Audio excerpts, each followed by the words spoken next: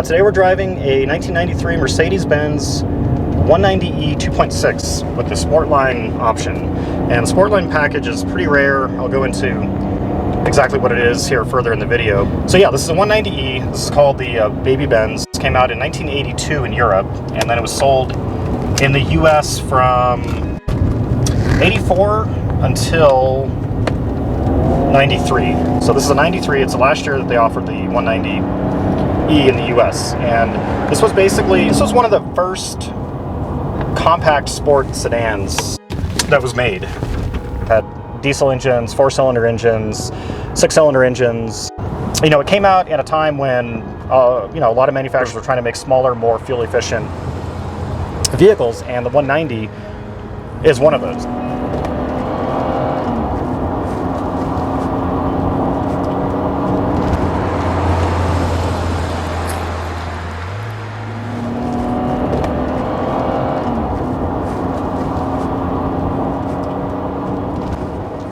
The 190e was designed by Bruno Sacco. He was an Italian designer that worked for Mercedes, and he designed the 560 SEC, which is one of my other favorite Mercedes from this era.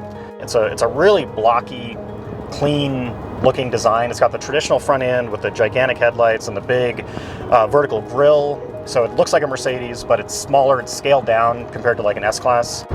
And it's a small car, but there's something about the design that just looks really good. It's pretty elegant and just really good proportions. It's got like a high rear trunk lid, which was for aerodynamics, but also just looks good as well. And it's kind of those subtle touches all around, like the taillights, which look really cool. They're like finned taillights. The reason for that was actually for safety. Basically, if they get dirty or get mud on them, the outside edge of the lens will still let out light. All those just add up to a really good looking design. And this is not a car that you see around hardly at all. Like, you just don't see 190s.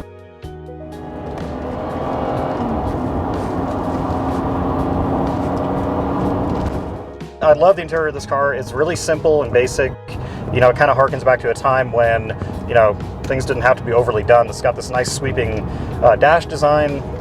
The center console is a nice simple design. The car has 140,000 miles on it, and the interior has held up extremely well. It's still in really good shape, and it's just a testament to this, this era, the 80s, 70s, and 80s. Mercedes this was a really good time for the company. The most notable 190 in regards to performance is the 190e 2.316, and that was basically a special variant that they made. They sold it in the US from, I want to say, 86 and 87, I believe. It had a 4-cylinder that was engineered by Cosworth, which was a racing company in England, and basically it's got a Cosworth engineered 4-cylinder, and Mercedes went racing with that car and did pretty well with it, although the M3 was pretty dominant in the 80s and early 90s in touring car, but there was some really, really great racing that went on with the 190s and with the M3 back in the 80s in touring car. The cars are literally bouncing along. Other areas they literally are flying along. And so I would say that beyond the 190e 2.316, a Sportline 190e like this would be just below that in desirability. So this is one of 700 or so Sportlines that Mercedes sold in 1993, and it's kind of difficult. This is kind of an obscure model. It was a little difficult to find information on it, but basically in 93 you could go into the dealer, you could order a 190e with the Sportline package, and they only made about 700 of them. The Sportline package is pretty special and very rare, obviously. Now, the original 700, who knows how many are left out there, and it's just not a car you see around very often. So it had a completely redone suspension. It had lowering springs for a lower ride height that had bigger anti-roll bars, had revised bushings throughout. It also has a different steering box. So the steering box is from the 190e Cosworth, and it's a quicker steering box than the standard 190e, which makes a big difference. All those changes, the suspension changes and the steering box changes and then the smaller steering wheel, they all really add up to a really impressive driving experience. The other really cool option that the Sportline has is the interior. So the front seats are Recaro Sport seats. It has a smaller steering wheel. And it has rear sport seats, which are really cool. Something you really don't see very often in sedans or rear sport seats. Usually they just have a standard bench. This actually has seats in the back that look pretty much like the front sport seats. And so you can carry 4 people and go do some serious driving, and everybody's kind of held in place really well.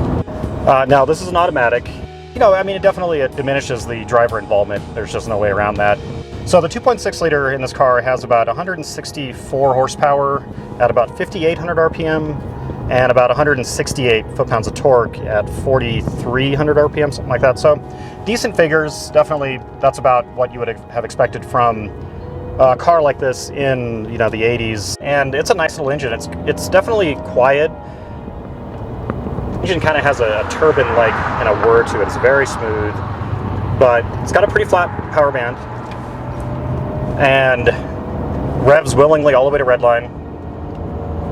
And it's got a nice smooth character that you would expect from a Mercedes engine, and especially a German engineered inline 6. I mean, the Germans do inline 6s so well. Yeah, it's about comparable with an E30 3 Series from the same era. But the chassis feel on this thing, it's typical Mercedes, very, very solid feeling. It feels like, I know it's kind of corny, but it feels like the car is made out of a solid piece of billet. I mean, it's a very rigid car. It's got really good chassis control.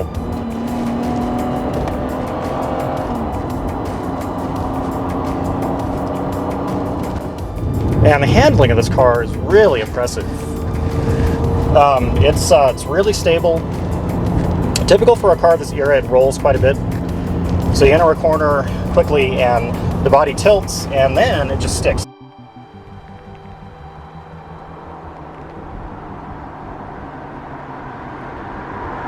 The mechanical grip is surprisingly high, and it remains very unruffled and stable, and just sticks to the ground. It's got way more grip than you would think.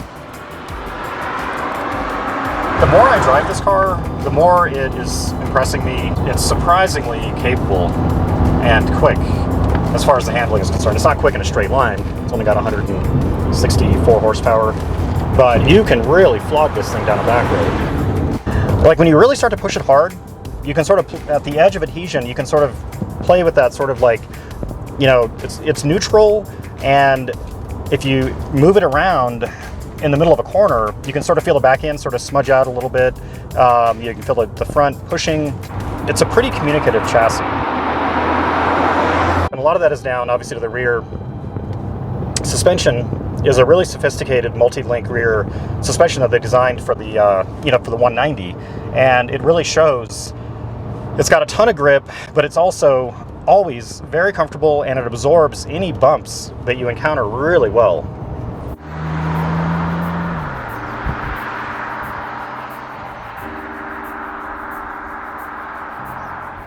Brakes are really good. They're better than I would have expected. You lean on them and they immediately just grab and they slow the car down.